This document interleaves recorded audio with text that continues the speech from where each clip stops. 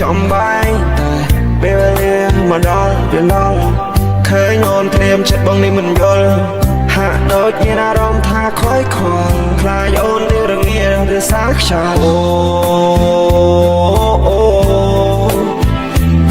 ស្នាមញញឹមអត់យំរុញឲ្យបែរបងហ៊ានឈោ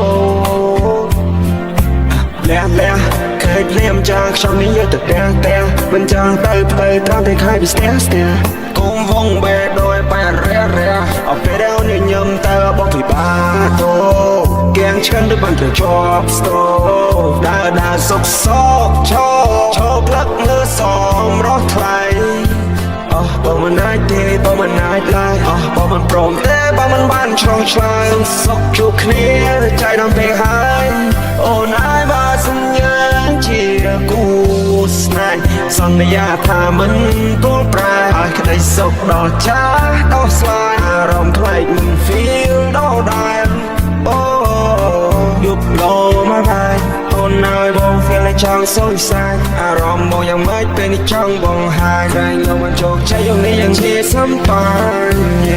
អូនប្រៀបដូចបទចម្រៀងស្ដាប់មិនធន់ទេបើសស្រឡាញ់បងវាមិនពិបាកទេនៅត្រង់ណានៅដល់ណាមិនសំខាន់ទេអាដននេះចង់តែមកស្មានកំដោស្នេហ៍បាយបងមិនចាំបាច់គ្រូក្បាច់ងើព្រឹកពេលណាមានបាយញ៉ាំស្រេចដើម្បីស្នេហាបងហ៊ានបដូរផ្ដាច់ព្រះទឹកស្មាននេះគ្មានទេអូមានតែព្រះខែសាងគ្រួសារហើយពួកយើងនឹងបង្កើតកូនខមួតបងប្អូនខ្មែរយើងចាំឆ្មាយើងចាំឆ្កែតែផ្ទះទៅឲ្យអូនលំហាយបងនឹងស្រីកាប់ដីយ៉ាងកាយ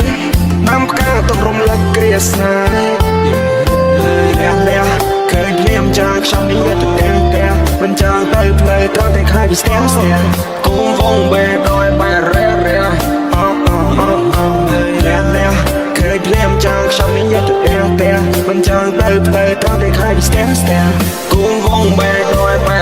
រះបងមិនចេះផឹកពីមិនចេះដើរលេងក៏មិនជួបបារី